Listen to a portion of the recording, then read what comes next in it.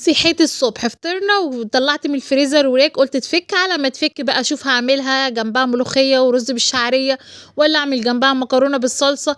لقيت ماما بتخبط، قالت لي ايه انا عازماكي النهارده على اكله سمك. قالت لي اه. قالت لي بصي انا جبت سمك ماكريل وجبت البسارية ده ولقيت فيه سردينه حلوه كده. جبت نص كيلو، قلت تخليلهن، بتخلي لي بطريقه حلوه برضو. قالت ايه، كل حاجه مع بعض انا وانتي فيها. قالت لي انا عازماكي وفي نفس الوقت هتعملي لي بتوعي برضو معاكي. فعملت السمك بقى الماكريل على بعضه، والسردين ده خللته، والبسارية قالتها. وبعد ما خلصت اديت ماما نصهم، وهي عملت في البيت عندها شويه رز وسلطه، وانا عملت الرز والسلطه عندي. اصل انا بيني وبين ماما شارع واحد بس يعني، جنب بعض. المهم بقى ايه، بدات على طول ايه البسارية كده غسلتها، السردين قصدي غسلته غسله حلوه. يعني انا السمك كله غسلته حلو جدا. بس السردين قلت ايه ابتدي بيه. زي ما انتم شايفين كده عليه شوية ملح مش كتير قوي علشان ما يبقاش حادق، ومعلقتين كبار زيت كده.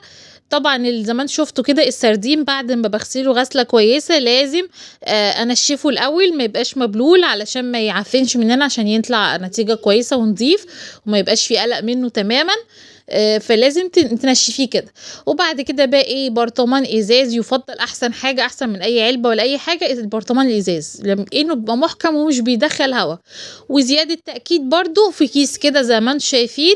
وحطي بقى الاول بنحط رشه معلقه صغيره ملح كده في الكيس من تحت، ونحط السمك بتاعنا اللي قلبناه في الملح والزيت، وعلى الوش برضو شويه ملح كده، معلقه صغيره ملح، وكمان معلقتين 3 زيت كده.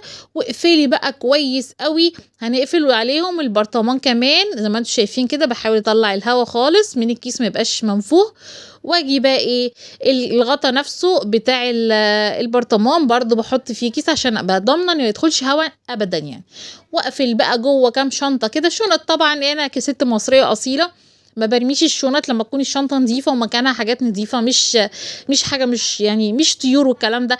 لما تكون مثلا فيها اجبان فيها فينو فلازم احتفظ بيها بقى، شنطه نظيفه يبقى دي تتشال، ما اروحش يبقى الشنط نظيفه وارميها وارجع انا اشتري شنط يعني. وفضلت احطها بقى في كام شنطه كده، ونحطها بقى ايه اسبوع كامل، وبعد كده تطلع بقى هو السردين مش اكتر من اسبوع، ممكن 10 ايام اقصى حاجه لو كبيره شويه، بس دي طريقه حلوه وطازه، فهو اسبوع كفايه. تعالوا بقى نعمل السمك بتاعنا.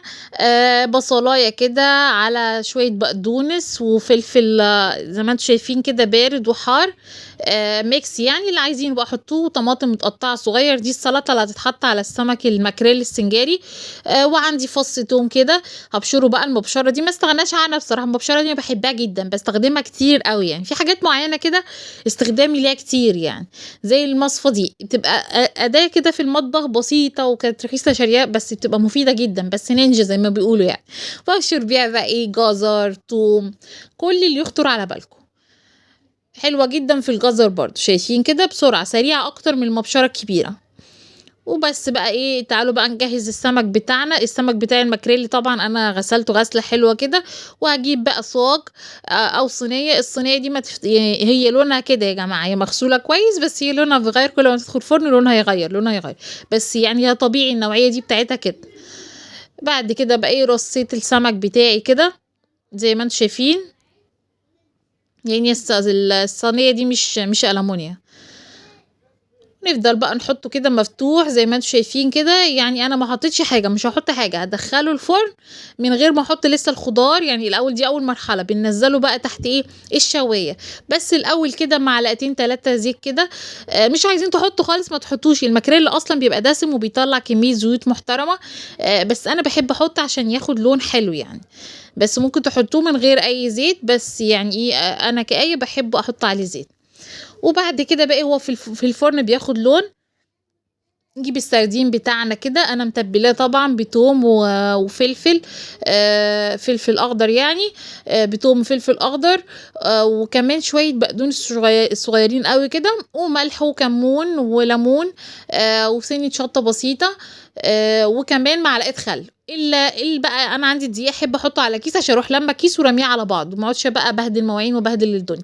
وطبعا يعني الدقيق طبعا غالي يا جماعه، الكيلو ب20 جنيه، فنلم نفسنا يعني لما نيجي نستخدمه نحط كده شويه بشويه، ما نروحش حاطين مثلا كوبايتين دقيق كده عشان نعمل شويه سمك صغيرين، لا يعني بالراحه بقى. يعني دي دلوقتي يتعامل معامله زي ما عارفين البيبي كده لما نقول بالراحه عليا، يعني ماما تعبت فيا فبالراحه عليه عشان يعني ضايع فيه المصروف بصراحه من كتر ما هو غالي، كل حاجه بقت غاليه بصراحه.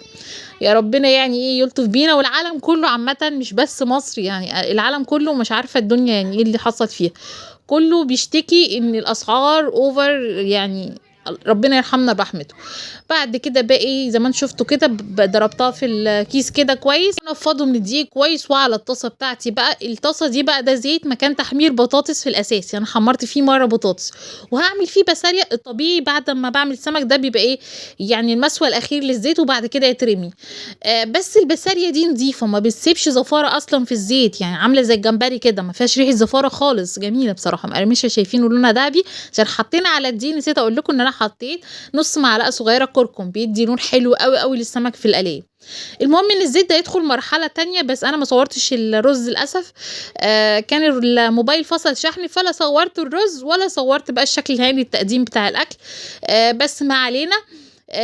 فانا استخدمت الزيت، بعد كده صفيته وطبخت بيه رز عادي وكان جميل جدا، ما فيش اي زفاره نهائي. الا لو زيت بقى يعني محطوط فيه سمك، اي سمك تاني لا، بدل مش بسارية او جمبري لا، يبقى يترمي بقى كده في زفاره مهما كانت منضفه السمك، بس هو سمك. لكن البسارية تحسي لا، ما فيهوش يعني، مش عارفه اوصفها لكم، بس هو حلو جدا ونضيف جدا.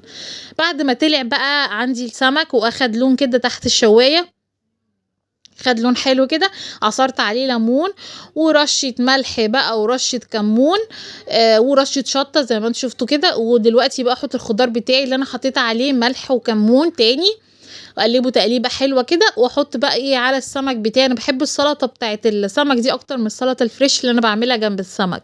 يعني انا بعمل السلطه اللي هي جنب السمك دي للولاد ولزوجي، لكن انا باكل بقى السلطه اللي على السمك. دخله بقى الفرن لحد ما يستوي ان شاء الله، والخضار ده يبقى طري جدا والسمك نفسه يستوي حلو قوي. بس بقى ما تنسوش اللايك يا جماعه، عشان انا زعلانه منكم بجد والله، مش هتخسروا حاجه، لايك بس كده بسرعه في ثانيه.